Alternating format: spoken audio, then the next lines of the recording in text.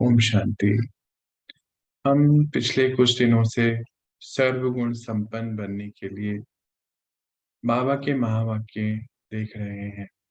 एक एक महावाक्य हमारी स्थिति को ऊंचे से ऊंची स्थिति बनाने में मददगार है। चलिए आज के महावाक्यों को शुरू करते हैं। पुरुषार्थ की तीव्र गति में कमी के दो मुख्य कारण। सुप्रीम टीचर ने हम सभी को चेक किया और आज उन्होंने दो मुख्य कारण बताए हैं हमारे ये पुरुषार्थी जीवन के, स्टूडेंट लाइफ के। आज श्रेष्ठ आत्माओं के अनादि रचता परम पिता परमात्मा विशेष अपनी डायरेक्ट समीप रचना, श्रेष्ठ रचना को देख रहे हैं। बाबा की अति प्यारी रचना श्रेष्ठ आत्माएं हो जो समीप और सम्मान बनने के लक्ष्य को सदा स्मृति में रख आगे बढ़ रहे हो। अंडरलाइन करेंगे। बाबा क्या कहता है यहाँ पर कि वो अपनी डायरेक्ट रचना को देख रहा है, समीप और सम्मान। हाँ, तो परम धाम का सीन इमर्ज कर लेंगे अपने सामने, चेक करेंगे कि परमात्मा के साथ हम समीप आत्माएं और उनके जैसी बन रही है, श्रेष्ठ।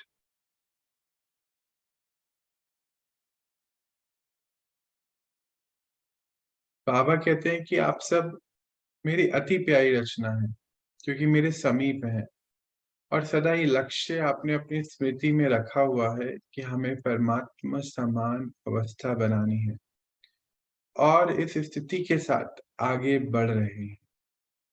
आगे देखते हैं, जो आज ऐसी अनादि रचना को विशेष रूप से देख रहे थे। सर्व तीव्र पुरुषार्थी और पुरुषार्थी दोनों की गतिविधियों को देख रहे हैं।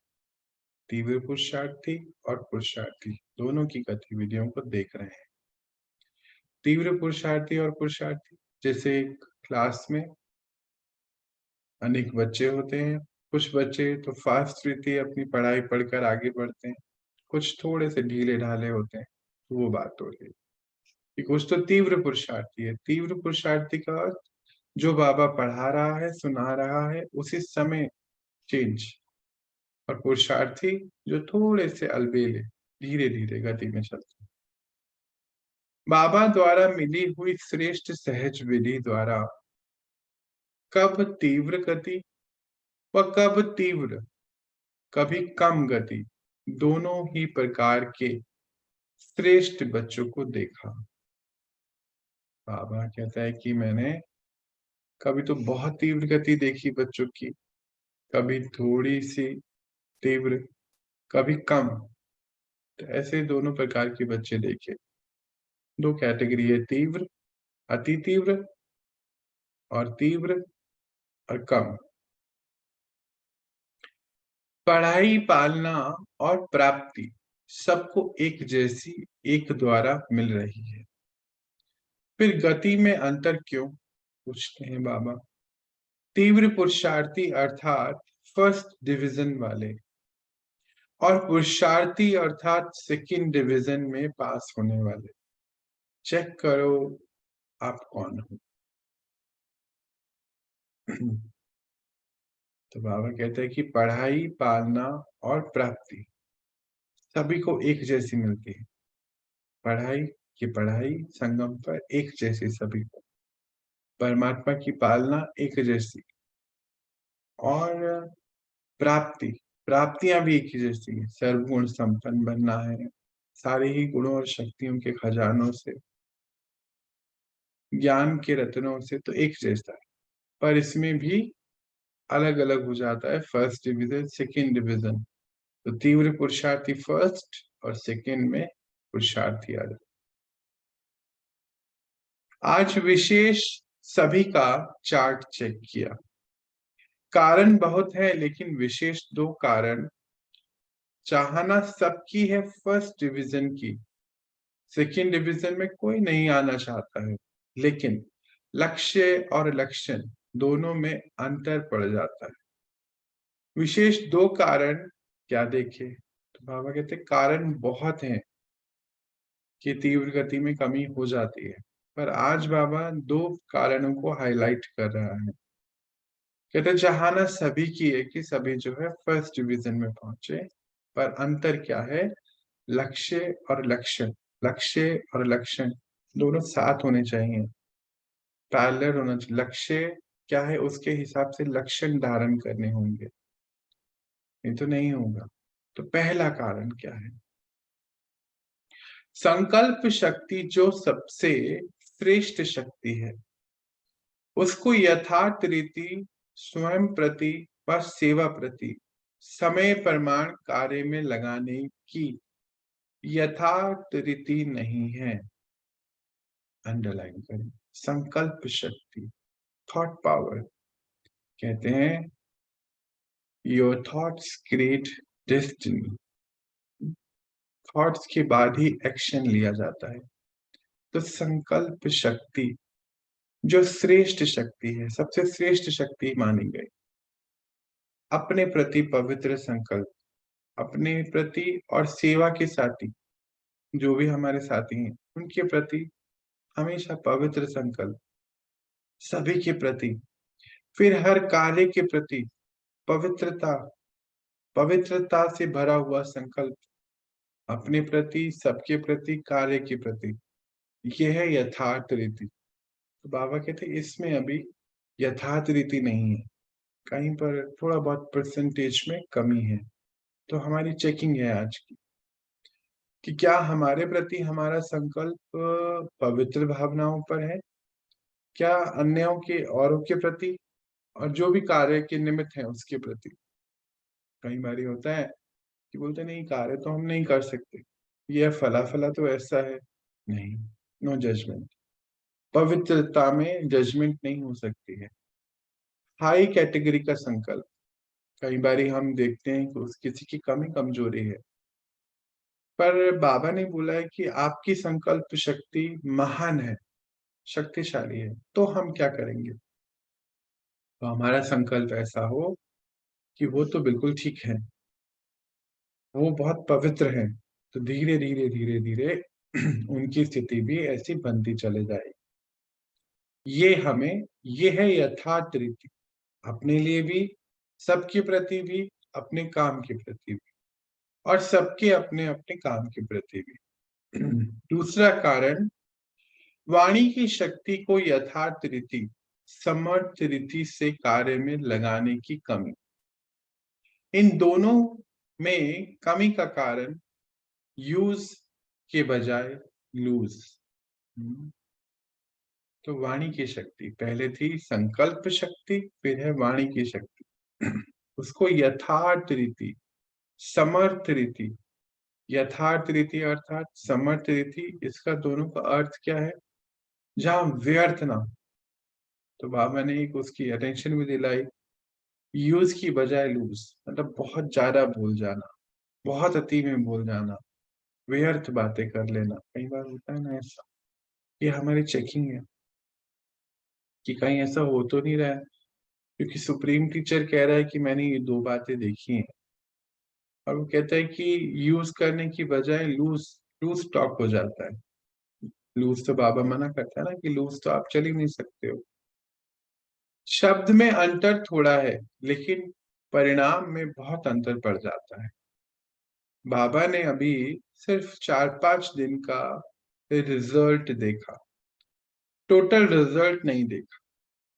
हर एक की 3 से 4 दिन के रिजल्ट में क्या देखा? 4-5 दिन का देखा, फिर कहते फिर और 3-4 दिन में ही क्या देखा उन्होंने।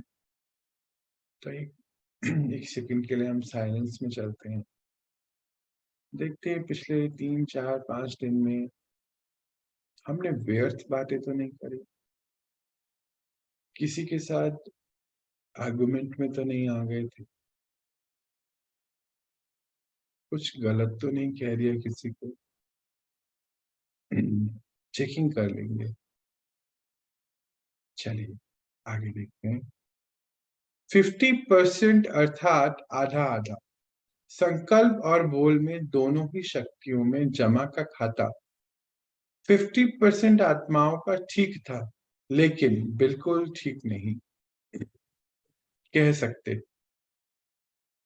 और 50% आत्माओं का जमा का खाता 40% और व्यर्थ व साधारण का खाता 60% देखा। बाबा कहता है कि 50% जितने भी बच्चे हैं उसमें से 50% आत्माओं का जमा का खाता क्या है, ठीक है, बिल्कुल ठीक तो नहीं है पर ठीक है। और 50% का जमा का खाता 40% है और व्यर्थ और साधारण खाता 60% है। कौन सी शक्तियों को जमा करना है? संकल्प शक्ति और वाणी की शक्ति। ये जमा कैसे होती है? जब हम व्यर्थ के संकल्प ना चलाएं। संकल्प तो चल रहा है, एक संकल्प चल रहा है पर मिनट, बस यहां तक पहुंचे। ऐसा ना हो मन बोले जा रहा है बोले जा रहा है और हम यहाँ से बोले जा रहे हैं। कई बारी हम देखते हैं कुछ भाई बहने बहुत बोलते चले जाते हैं, एक के बाद एक के बाद एक, मन बहुत ज्यादा चल रहा है, ये इसकी निशानी है। यही बाबा आज हाईलाइट कर, मन इतना ज्यादा चलता है, हम जजमेंट पास कर देते हैं, सामने वाले के सोचने से पहले कुछ सोच लेते हैं और फिर बोल देते हैं। यहाँ पर हमें साइलेंस में जाना है, इधर इसके लिए अभ्यास करना। तो बाबा कहते हैं कि 40% तो जमा हो रहा है और 60% कौन सा है? व्यर्थ का खाना, साधारण है। तो सोचो जमा कितना हुआ, ज्यादा वजन किसका हुआ? इसमें भी वाचा के कारण मनसा पर प्रभाव पड़ता। वाचा के कारण मनसा, मन की स्थिति पर प्रभाव पड़ जाता। मनसा वाचा को भी अपनी तरफ खींचती है। आज बाबा वाणी अर्थात बोल की तरफ विशेष अटेंशन दिला रहे हैं, क्योंकि बोल का संबंध अपने साथ भी है और सर्व के साथ भी है। और क्या देखा बाबा ने, क्या देखा अभी बताएंगे। तो बाबा कहते हैं कि आज जो है मनसा वाणी जो है मनसा को भी अपनी तरफ खींच लेती है और बोल की तरफ विशेष अटेंशन दिला रहे हैं बाबा हम सभी का। और कहते हैं कि इसमें भी एक तो बोल जो है अपना, अपनी तरफ अपना भी ध्यान इधर उधर लेके जाते हैं और जो हमारे आसपास है सभी का ध्यान इधर उधर लेके जा सकते हैं। संबंध है इसका। देखते हैं क्या कहते हैं बाबा। मनसा द्वारा याद में रहना, उसके लिए तो फिर भी बीच बीच में आप बच्चे प्रोग्राम बनाते हैं, टाइम टेबल में ध्यान का समय रखा हुआ, लेकिन बोल के लिए अलबेलेपन में आ जाते हैं। इसीलिए बाबा इस पर विशेष अंडरलाइन करा रहे हैं। बाबा कहते हैं कि सभी बच्चे को बाबा देखते हैं कि मेडिटेशन के लिए, ध्यान के लिए समय तो जरूर रखा हुआ है, पर बोल, जब बोल जहाँ पे बोल में आना है वहां पर ऊपर नीचे जो हो रहा है उसके लिए अंडरलाइन करा हम। बहुत ही वंडरफुल बात है, वंडरफुल टीचर है, उनको डेट्स भी सारी याद रहती हैं। कहते 1 साल पहले बाबा ने इसके लिए पुरुषार्थ शुरू कराया था। अच्छा, हम सबको याद होगा लास्ट दिसंबर में बाबा ने ये हमें होमवर्क दिया था कि परमात्मा समान अवस्था कितनी परसेंटेज बढ़ानी है, और ये भी कहा था कि मैं चेक करूँ। आज 1 दिसंबर है और बाबा की चेकिंग शुरू हो गई है। ये जो आज हम पढ़ रहे हैं ये 1 साल पहले भी हमने ये चैप्टर पढ़ा था, फिर वही चैप्टर रिपीट हुआ है आज। चलिए देखते हैं बाबा क्या कहता है। 1 वर्ष पहले बाबा ने विशेष पुरुषार्थ में, सेवा में आगे बढ़ने वाले महारथी आत्माओं को और सभी को 3 बातें बोलनी थी। बोल के लिए कही थी, कम बोलो, धीरे बोलो, मधुर बोलो। कम बोलो, धीरे बोलो, मधुर बोलो। 3 बातें बोल के लिए हाइलाइट करी थी बाबा ने 1 साल पहले।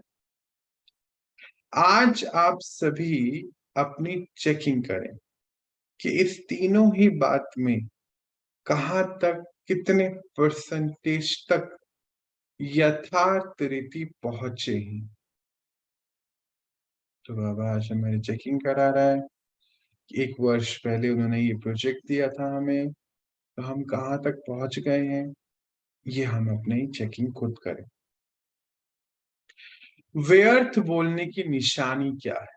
अब वो चेकिंग करा रहा है और डिटेल में जाके। वह ज्यादा बोलेगा, मजबूरी से, हाँ, ध्यान से अंडरलाइन करेंगे, मजबूरी से समय प्रमाण, संगठन प्रमाण अपने को कंट्रोल करेगा, लेकिन अंदर ऐसा महसूस करेगा जैसे कोई ने शांति में चुप रहने के लिए बाध्य किया है। जो व्यर्थ बोलने वाली आत्मा है, संगठन को देखते हुए, मजबूरी, समय की मजबूरी देखते हुए अपने को कंट्रोल में कर लेती है, पर अंदर से ऐसा लगेगा जैसे बोलना चाहते हैं पर शांति में चुप, किसी ने शांत कर दिया है, चुप बिठा दिया है, चुप रहने पे बाध्य कर दिया है, ऐसे महसूसता होगी उसको। कौन किसके बारे में हाईलाइट कर रहे हैं बाबा? ये हमारी चेकिंग, कि जब हम व्यर्थ यानी कि यहाँ पे बहुत चलता रहता है, यहाँ पे कंट्रोल करने में। व्यर्थ बोल बड़े से बड़ा नुकसान क्या करते हैं, बता रहे हैं बाबा। एक तो शारीरिक शक्ति, शारीरिक एनर्जी समाप्त होती, क्योंकि खर्च होता है। दूसरा, समय व्यर्थ जाता है। 2 नुकसान है, एक तो शारीरिक शक्ति खर्च हो रही है और समय का नुकसान हो रहा है। व्यर्थ बोलने वालों की आदत क्या होगी? यहाँ पर चेकिंग करा रहा है क्या आदत हो। छोटी सी बात को बहुत लंबा चौड़ा करेंगे, एक बात को बार बार रिपीट करेंगे और बात करने का तरीका कथा के माफिक होगा। सुनने में भी बार बार सुनेंगे, बार बार कंफर्मेशन लेंगे। इसका अर्थ ही है कि व्यर्थ सोचने की आदत है। बाबा कहते हैं छोटी सी कोई बात है, उसको बहुत लंबा चौड़ा करेंगे, बार बार कंफर्म करेंगे। बात करने का तरीका कैसा होगा? कथा के जैसा हो। कथा में क्या होता है? बहुत विस्तार में। खुद की भी रुचि बोलने में है और दूसरों की भी रुचि पैदा करेंगे, लेकिन रिजल्ट क्या होता है? सार तो कुछ भी नहीं होता, लेकिन बहुत रमणीकता से, रमणीक होकर उसको कहते हैं, कथा के रूप में कहते हैं, पर हुआ तो समय का नुकसान, वाणी का नुकसान, संकल्पों का नुकसान, इस तरफ अटेंशन की कमी। खुद की रुचि से भी बात करने की रुचि है तो खुद की भी रुचि ऐसी है, दूसरों की रुचि उसमें पैदा कर लेंगे।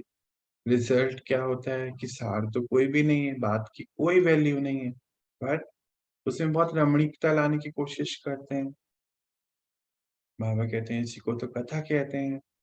और दूसरा क्या कहते हैं? होता क्या है? कुछ भी नहीं, समय, शब्द, समय, वाणी, संकल्प, सबका नुकसान हो रहा है ना। ये क्यों कर रहे हो बाबा? ये हाईलाइट कर।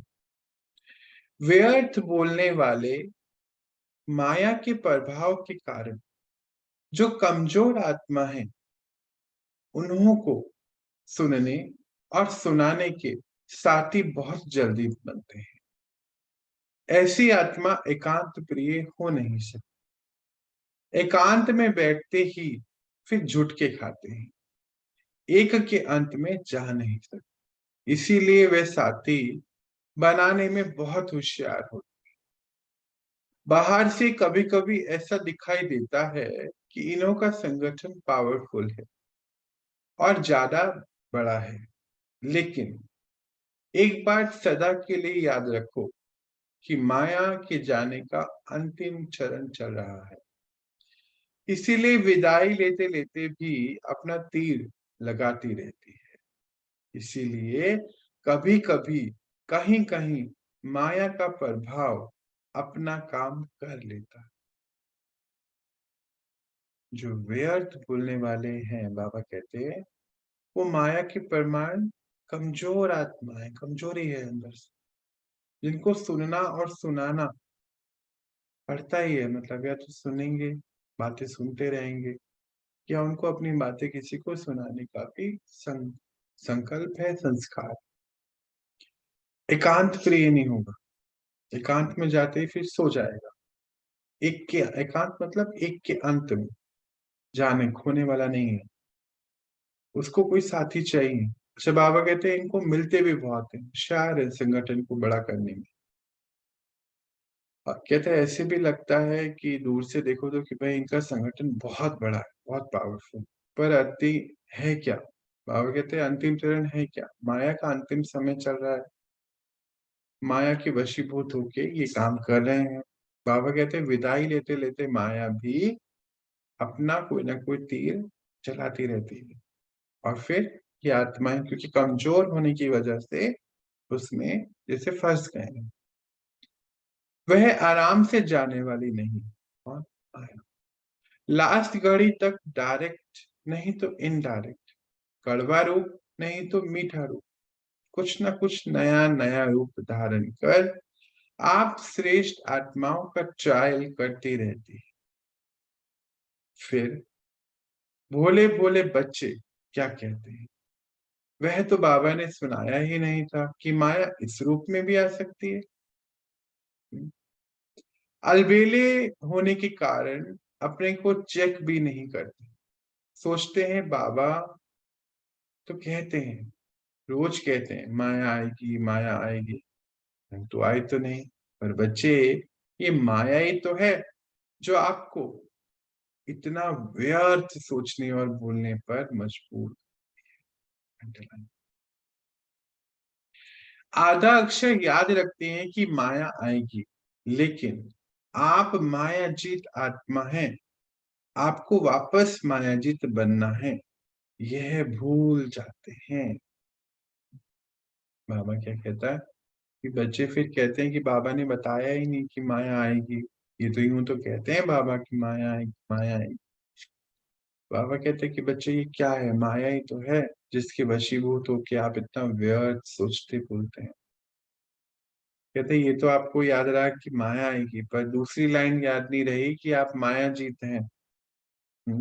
ये भूल जाते हैं। और बात व्यर्थ व साधारण बोलते और भिन्न भिन्न रूप में देखते हैं। बाबा कहते हैं कितना ही व्यर्थ बोलते हो, और उसके फिर भिन्न भिन्न रूप भी बाबा देखते हैं। अब बाबा वो सुनाने वाले क्या रूप है। पहला, सीमा से बाहर अर्थात लिमिट से परे हंसी मजाक। हंसी मजाक बहुत ज्यादा,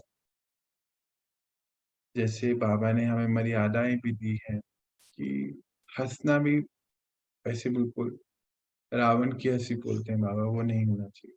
बहुत धीरे, जैसे धीरे बोलना है ऐसे धीरे हंसना है।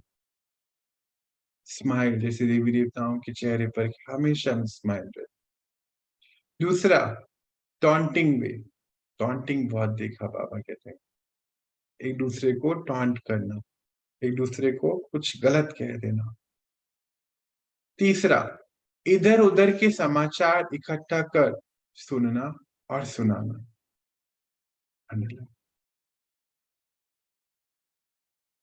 इधर उधर के समाचार, टॉन्टिंग, सीमा से ज्यादा हंसी मजाक, बाबा ने ये सब देखा। चौथा, कुछ सेवा समाचार, मतलब जो भी किसी के साथ भी है, हम घर पर हैं, बाहर हैं, कहीं पर भी कुछ भी है तो सेवा कर रहे हैं, उनके आसपास के सेवाधारियों की कमजोरी का चिंतन यह भी मिक्स चटनी देखी बाबा ने। जो हमारे साथी हैं, उनकी जो कमजोरियां हैं, उनको देखकर उनका चिंतन करना, यहाँ पर चित्त पर रखना, ये भी देखा बाबा ने। और पांचवा, अयुक्ति युक्त बोल, जो श्रेष्ठ आत्माओं की डिक्शनरी में है ही नहीं। यह 5 रूपरेखाएं देखी। किस चीज की 5 रूपरेखाएं देखी? व्यर्थ और साधारण बात जो करते हैं उनकी। पहला, सीमा से, लिमिट से ज्यादा हंसी मजाक, टॉन्टिंग वे दूसरा। तीसरा, इधर उधर के समाचार इकट्ठा करना। और चौथा, क्या करेंगे? क्या बताया बाबा ने? कुछ सेवा, कोई भी सेवा कर रहे हैं, उसमें सेवा साथी हैं, तो उनकी कमजोरियों का चिंतन, कि देखो उसमें ये है, फला में ये सब। और पांचवा क्या देखा? अयुक्ति युक्त बोल। अयुक्ति युक्त बोल, ये चेकिंग करनी। बाबा कहते हैं जो श्रेष्ठ जीवन में आपके होने नहीं चाहिए, पर ये पांचों ही चीजें देखी उन्होंने। आज हम अपनी चेकिंग करें, क्या सीमा से ज्यादा तो नहीं हम हंसी मजाक कर ले? किसी को टॉन्टिंग, किसी को हर्ट करने की कोशिश तो नहीं कर रहे हैं? डायरेक्ट नहीं तो इनडायरेक्ट कह के उसको टॉन्ट करना, इधर उधर की बातें, समाचार सुनाना, चेकिंग करनी। इन पांचों को ही बाबा व्यर्थ बोल में गिनते हैं। ऐसा नहीं समझो कि हंसी मजाक अच्छी चीज है। हंसी मजाक अच्छा वह है जिसमें रूहानियत, और जिसमें हंसी मजाक, जिससे हंसी मजाक करते हैं उसका भी कोई फायदा हो, उस आत्मा का भी कोई फायदा हो। पर अगर टाइम पर टाइम पास हुआ तो टाइम वेस्ट हो गया ना। आप निमित्त बने उस आत्मा का समय को नुकसान करने के। अंडरलाइन अंडरलाइन, हम सामने वाली आत्मा के समय को नुकसान करने के निमित्त बने, ये हमें नहीं करना। कहते हंसी मजाक वो अच्छा है जिसमें कहीं कुछ समझानी है, कोई फायदा है। बिना वजह वो अच्छा नहीं है, व्यर्थ है। रमणीकता का गुण अच्छा माना जाता है, लेकिन व्यक्ति, समय, संगठन, स्थान, वायुमंडल के परमाणु रमणीकता अच्छी लगती है। अगर इन सब बातों में एक भी बात ठीक नहीं तो रमणीकता भी व्यर्थ की लाइन में गिनी जाती है। और सर्टिफिकेट क्या मिलेगा? सर्टिफिकेट किससे? जिनके साथ हम हैं उनसे सर्टिफिकेट क्या मिलेगा? हंसाते तो बहुत अच्छा है, लेकिन बोलते बहुत हैं। तो मिक्स चटनी हो गई ना। तो समय की सीमा, शब्दों की सीमा, संकल्पों की सीमा आज निर्धारित करें। अंडरलाइन बाबा कहता है आज निर्धारित करें। इसकी समय, शब्द, संकल्प, सबकी सीमाएं आज निर्धारित कर लें। रमणीकता अच्छी है, परंतु क्या क्या देखना है? व्यक्ति, समय, संगठन, स्थान, वायुमंडल। किस समय क्या बात करनी है, ये चेक करके तब कहना है, बोलना है। इसको कहा जाता है मर्यादा पुरुषोत्तम। कहते हैं मेरा स्वभाव ही ऐसा है, मैं तो मस्त मौजी हूं। वह कौन सा स्वभाव है? बाबा पूछते हैं। क्या बाबा वाला स्वभाव है? क्या बाबा ने कोई श्रीमत दी है? चेक करो। अंडरलाइन, जब हमने अपना जीवन उसको दे दिया तो वो कहता क्या मेरा वाला स्वभाव है? क्या इसको मर्यादा पुरुषोत्तम कहेंगे? चेक करो और चेंज करो। तो इसको भी मर्यादा पुरुषोत्तम नहीं कहा जाएगा, साधारण पुरुष कहेंगे। बोल सदैव ऐसे हों जिसको सुनने वाला चातक हो, कि कुछ बोले और हम सुने। इसको कहा जाता है अनमोल महावाक्य। महावाक्य ज्यादा नहीं होते, जब चाहे तब बोलता रहे, इसको महावाक्य नहीं कहेंगे। तो बाबा ने बोला मर्यादा पुरुषोत्तम वो आत्मा जो हर चीज चेक करके मर्यादाओं के साथ किसी बात को कह रही है। और साधारण पुरुष के बारे में तो बाबा ने बताया ही कि मर्यादाओं को फॉलो नहीं कर रहे तो साधारण पुरुष हो। कहते बोल ऐसे सदैव आपके ऐसे होने चाहिए कि अन्य आत्मा चात्रक होके सुने। किसी को अनमोल महावाक्य कहते हैं, महावाक्य ज्यादा नहीं होते। आगे क्या कह रहे हैं बाबा? तो सदगुरु के बच्चे हैं, मास्टर सदगुरु हुए ना, महावाक्य तो उनके मुख से नेचुरल उच्चारण होने चाहिए। अंडरलाइन, वाक्य नहीं महावाक्य। अंडरलाइन कर लेंगे पूरी बात को। बाबा कहते हैं आप सब कौन है? सदगुरु के बच्चे, मास्टर सदगुरु हो गए ना, टाइटल मिल गया आज का। तो मुख से महावाक्य तो नेचुरल उच्चारण होने चाहिए।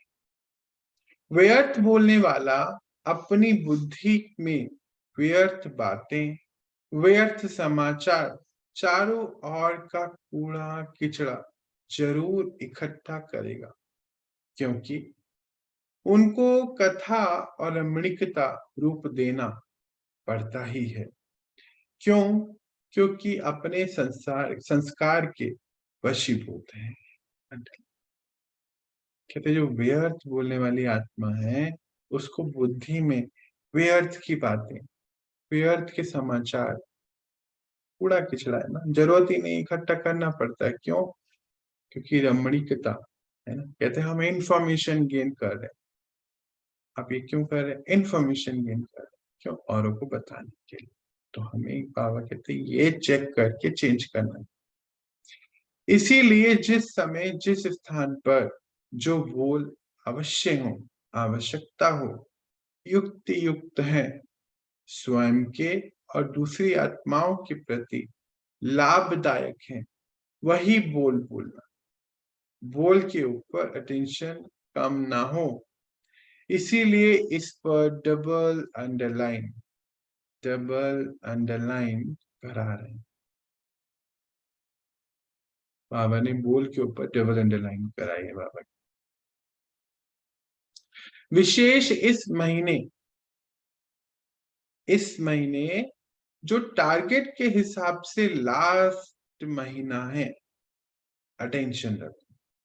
चेक करो बोल द्वारा एनर्जी और समय कितना जमा किया, कितना व्यर्थ गया, पूछ रहे हैं। जब इसको चेक करेंगे तो स्वतः ही अंतर्मुखता के रस में अपने आप को अनुभव कर सके। कौन सी गुण की बात हो रही है? अंतर्मुखी, हर्षित मुक्ता, अंतर्मुखी। जो अंतर्मुखी होगा आत्मा होगी, वो हर्षित मुक्त भी होगी, मुख भी होगी। क्यों? क्योंकि उसको बाहर की चीजों से कोई वो नहीं है। इसकी चेकिंग करके ये गुण को इमर्ज करेंगे।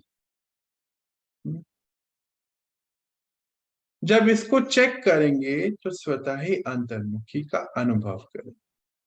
अंतर्मुखता का रस बोलचाल के रस से ज्यादा अधिक प्रिय होता है। अंडरलाइन, इसमें रात दिन का अंतर है। अंतर्मुखी सदा प्रकृति की कुटिया में तपस्वी मूर्त का अनुभव करता रहेगा। जो अंतर्मुखी आत्मा है वो प्रकृति की कुटिया में तपस्वी मूर्त का अनुभव करता है। जो भारे मुक्ता में है वो फिर डामाडोल, भटकते, कमजोर स्थिति में आए। समझना अर्थात बनना। जब कोई बात समझ में आ जाती है तो वह करेगा जरूर, समझेगा जरूर। आप सब तो समझदार हो, तभी तो भाग्य मिला है ना। निमित्त बनने का भाग्य आप सबको मिला है। इसका महत्व भी अभी कभी कभी साधारण लगता है, लेकिन यह भाग्य समय पर अति श्रेष्ठ स्वतः ही बना देगा। आप सब कौन है? बाबा कहते हैं आप समझदार हैं, निमित्त आत्मा है। निमित्त कौन होता है? जिसने, कौन है निमित्त? हम सब के परिवार में, हम अपने अपने परिवार में निमित्त है ना। तो बाबा कहते हैं किस चीज के निमित्त है? परमात्मा को प्रत्यक्ष कराने के निमित्त है। फिर कहते हैं बाबा आप सबको इतना बड़ा कार्य मिला हुआ है, साधारण नहीं समझो इसको। अभी इस भाग्य को साधारण समझते हो। भाग्य नहीं है कि इतने सब में से परमात्मा ने हमें चुना, हमारी फैमिली में से भी हमें चुना, हमें ज्ञान दिया, हमें बढ़ाया, तो हम निमित्त हो गए ना। ये कहते समय पर ये भाग्य आपको अनुभव कराएगा, लेकिन यह भाग्य समय पर अति श्रेष्ठ अनुभव कराएगा। कितनी निमित्त आत्माएं, काउंट करो। अरे कितनी निमित्त आत्माएं, काउंट करो। तो जो जो अपने आप को निमित्त समझे वो अपने अपने मन के हाथ उठाए कि हाँ हम हैं निमित्त। चेक करो कि किसने मुझ आत्मा को योग्य बनाया है, मुझे चुना है। यह स्मृति स्वतः ही श्रेष्ठ बना देती। बनाने वाला कौन? श्रेष्ठ। अगर यह स्मृति रहे कि मेरे को बनाने वाला श्रेष्ठ, तो मैं आत्मा श्रेष्ठ हूं, तो फिर बहुत सहज निरंतर योगी स्थिति में रहेंगे। सदा दिल में बनाने वाले के गुणों के गीत गाते चलेंगे और निरंतर ही योग स्थिति में रहेंगे। जब बनाने वाला परमात्मा, वो श्रेष्ठ आत्मा, श्रेष्ठ पिता हमारी स्मृति में रहेगा, उसके गुणों के गीत चलते रहेंगे, तो क्या होगा? निरंतर योग बना रहेगा। बाबा कहते हैं यह कम बात नहीं है। सारे विश्व की कोटों में भी कोट आत्माओं में से कितनी निमित्त आत्माएं हैं? चेक करो। ईश्वरीय परिवार में भी निमित्त आत्माएं कितनी है? तो कोई ना कोई हो गए ना। कोटों में भी कोई हो, निमित्त आत्माएं अर्थात सदा भाग्यवान और भाग्य की गीत गाने वाली बाबा को निमित्त आत्माओं पर नाज होता है, लेकिन राजयुक्त निमित्त आत्माएं युक्ति युक्त आत्माओं पर नाज होता है। बाबा कहते कोटों में भी कोट मतलब कितने करोड़ों में से कोई एक आत्मा निमित्त। हम सब कितने हैं? बहुत थोड़े से हैं बाबा के बच्चे। कहते ईश्वरीय परिवार में भी निमित्त आत्मा है, तो कोई में से कोई हो गए ना। तो बाबा को ऐसे बच्चों पे नाज है। तो नाज किस बच्चों पे है? जो युक्ति युक्त बोल बोलने वाले, राजयुक्त बोल बोलने वाले हैं, उस पर नाज है। आगे देखते हैं। आप सब मजे में रहते हो ना कुछ टाइम बाद? मूंझने वाले तो नहीं हो, मौज मस्ती में रहने वाले हो। यह जीवन हर सेकंड है ही मौज का। कौन सा जीवन? श्रेष्ठ जीवन। हर सेकंड तन मन धन जन का मजा लेने के लिए है। आराम से सोते हो, आराम से खाते हो, आराम से रहते हो। सोना, खाना, पीना, पढ़ना, और कुछ चाहिए क्या? पूछते हैं बाबा कि इसके अलावा आप कुछ और चाहिए? कैसे? जब तन मन धन बाबा को दे दिया, तो जो भी कर रहे हैं सेवार्थ कर रहे हैं, जहां पर भी हैं सेवा के लिए हैं। तो आराम से सोते हैं, खाते हैं, पीते हैं, पढ़ते हैं, और बाबा कहते हैं और कुछ है ही नहीं करने के लिए, यही तो करना है। ये बहुत बड़ी इक्वेशन है, इसको समझ लेंगे तो बहुत आसान हो जाएगा। दो ही चीजें हैं अगर हम सोच लें तो। एक होता है कि अरे हम ये कर रहे हैं, वो कर रहे हैं, वो कर रहे हैं, बोझा। एक कहते हैं हम सभी की सेवा कर रहे हैं, तो शांत मन। फिर क्या है, खाना सबको खाना है, सोना सबको है। जो व्यर्थ सोचते हैं, जो करते हैं हमने किया, मैंने किया, मैंने किया, तो उनको नींद में भी दिक्कत आती है।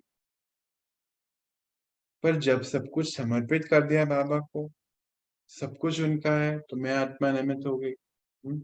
आराम से सोते हैं, आराम से खाते हैं, आराम से रहते हैं। सोना, पढ़ना, खाना, रहना, कुछ और इसके अलावा है ही नहीं। पढ़ना भी ठीक है, या अमृत वेले में सो जाते हो। ऐसे कई बच्चे कहते हैं और करते भी हैं। बाबा कहते हैं करते भी हैं और कहते भी हैं। क्या कहते हैं? कि बाबा सारी रात जाग रहे, सुबह को नींद आ, या एक सेवा कर रहे थे तो अमृत वेले को छोड़ दिया। तो मजा क्या हुआ? एक्स्ट्रा जमा कुछ हुआ? कुछ नहीं बाबा। एक तरफ सेवा की और दूसरी तरफ अमृत वेला मिस कर दिया, तो क्या हुआ? लेकिन नेमिनाथ माफिक ऐसे झुटका खाते नहीं बैठना। बाबा कहते हैं कि बच्चे कहते हैं बाबा को कि सारी रात जागे हुए थे तो सुबह सो गए, और नेमिनाथ मतलब नियम से बैठे तो जरूर, पर उसमें भी सो गए। ये नहीं करना है, बाबा कहते हैं। बाबा के पास तो वंडरफुल टीवी है, बहुत अच्छा है, सब नजर आता। जैसे वह योग के आसन करते हैं ना, अनेक प्रकार के पोज बनाते हैं और बदलते रहते, तो यहां भी कुछ ऐसा ही होता है। सोचते हैं सहज योग कर रहे हैं, इसीलिए आराम से बैठो। कईयों की तो बाबा को आवाज भी सुनाई देती है। कौन सी आवाज? स्वीट साइलेंस से स्वीट स्लीप में चले जाते। बाबा सब सुनता और देखता है। बाबा के पास वह सब रिकॉर्ड हो रहा है। तो अब डबल अंडरलाइन करना है। फिर बाबा सुनाएगा रिजल्ट में क्या अंतर थे। अच्छा, अच्छा। बाबा ने क्या बोला? कि बाबा के पास एक टीवी लगा हुआ है वंडरफुल, जो जो सब बच्चे कर रहे हैं बाबा को सब नजर आता है। जैसे योगासन में अलग अलग पोज बनाते हैं, तो ऐसे बैठे बैठे भी योग में बैठते बट अलग अलग तरीके से हिलते डुलते रहते हैं।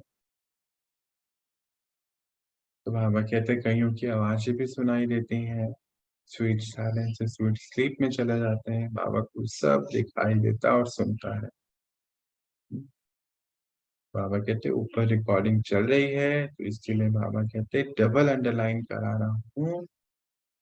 इसका रिजल्ट फिर से सुनाऊंगा कितना अंतर पड़ा, पर आप बच्चे अटेंशन में रहिए।